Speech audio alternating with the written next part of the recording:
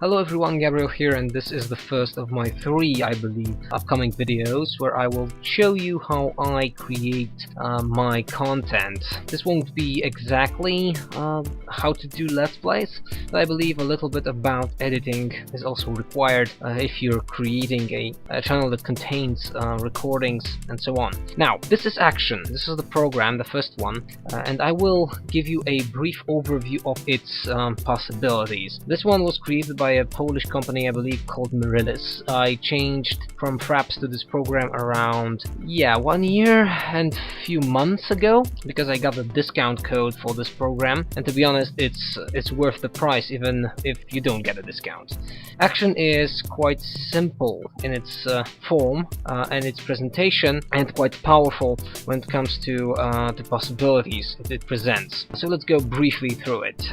First of all, this is the main tab, which contains your recorded files. You can also specify where you want the core files to be stored. In my situation, that's the video raw folder, and the video recordings. You can specify also what type of hotkey should start recording for you, and a recording mode. This program allows you to capture from games and other applications based on DirectX or OpenGL. Also, you can change to active screen, which will obviously capture the whole screen for you, and an active desktop region. I don't want to turn that on, sorry. You can change the format from AV to MP4 as well. Video size, the program can already compress to the most basic ones used in YouTube videos, or basically the basics 16:9 proportions. I usually go with the original file size. You can also specify the frame rate, capturing even in 120, which means if you have a powerful computer, a powerful rig, you can really capture some really quality videos here. You can also specify duration and use what the Merylis guys call perfect video match mode. This one is used to basically capture streaming videos without actually losing the compression. Recording system sounds, allow multi-channel audio recordings, those types of things. You can also specify the microphone for videos. I personally like this specific program for one thing that it has, but that in a second. Down here you have 3 options. You can delete or play specific files here. You can also open the directory, the folder where those are stored. You can also export them basically to Facebook or to YouTube directly, but I personally don't do it. I highly recommend try firstly capturing those and compressing them in a different program. Action is very good for capturing. I haven't actually gave it that big of a I don't even actually give that big of a deal for YouTube upload. I rather do this manually through a external program or external browser. Then we have a tab called Live. This one was introduced I believe half a year ago, something like that. This allows you to stream, actually stream through Action to one of your streaming services. To do that, you have to buy a subscription. My subscription is already down.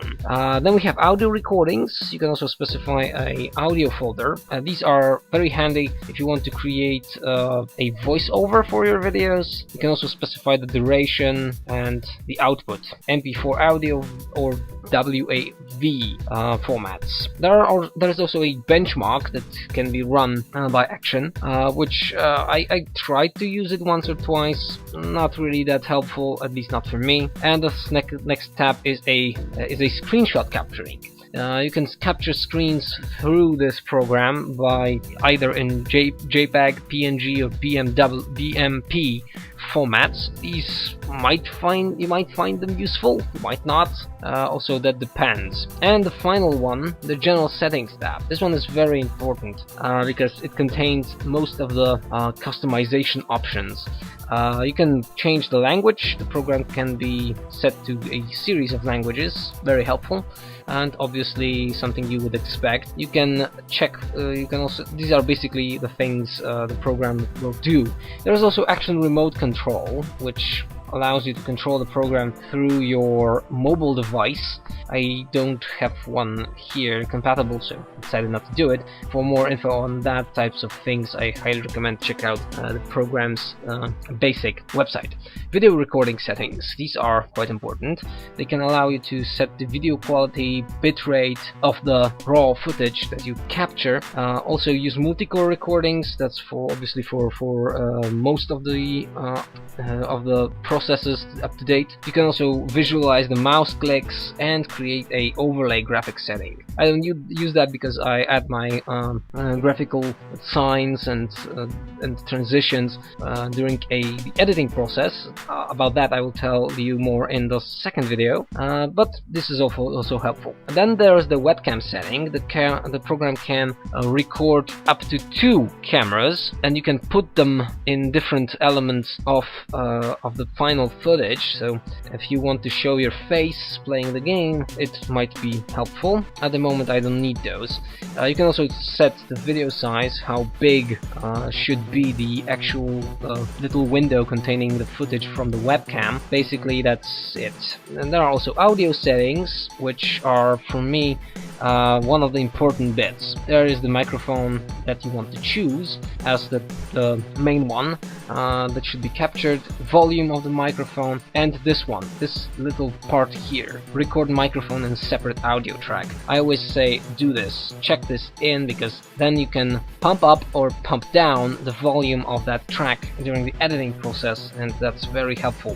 When I was using Fraps did not have this little thing, and basically one of the main reasons I changed the program was this feature. There are also system sounds and audio balance. You can change the balance to, let's say, 50-50, something like that, depending on how you want to actually change that, and the bitrate of AAC basic compression.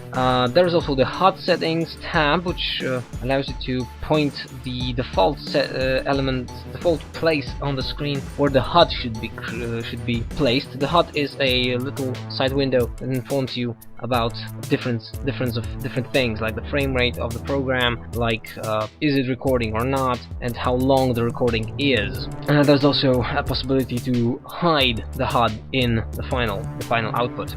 Export settings. These are used for the export here from YouTube. You can also set the videos to be cut into 15 minutes short elements. This is basically not something we need anymore, because most of the channels on YouTube, as I see it, they don't have the 15 limit for videos anymore. And hotkeys, which basically allow you to personalize the controls of this program. In the end, I want to say that Action for me is a powerful tool. I think has one advantage over others: the file compression in Action, especially because in here in the recording setting you can lower the bit rate, can be very good. So you can lower the bitrate for, let's say, 30% or 20% to 80% or 70%, and you can still get quite decent quality videos in your raw footage, which obviously is what is used later on, and get a little bit more space on your computer, which basically is very good. That's something I wanted to share with you. This one was the first of my how to record and how to edit videos. The second one will feature Sony Vegas Home Premium. There's an unboxing on my channel of this program, and I will try to show you how I edit my videos and why I believe the form that I choose sometimes is very good. So thank you for watching as always, and I highly recommend check out Action if you want to get into recording and let's playing or whatever. It might also be a program good for anyone who does sort of, tutorials or presentations, and he needs or she needs a program that can capture directly from your monitor. Thank you for your time as always, and have a nice day.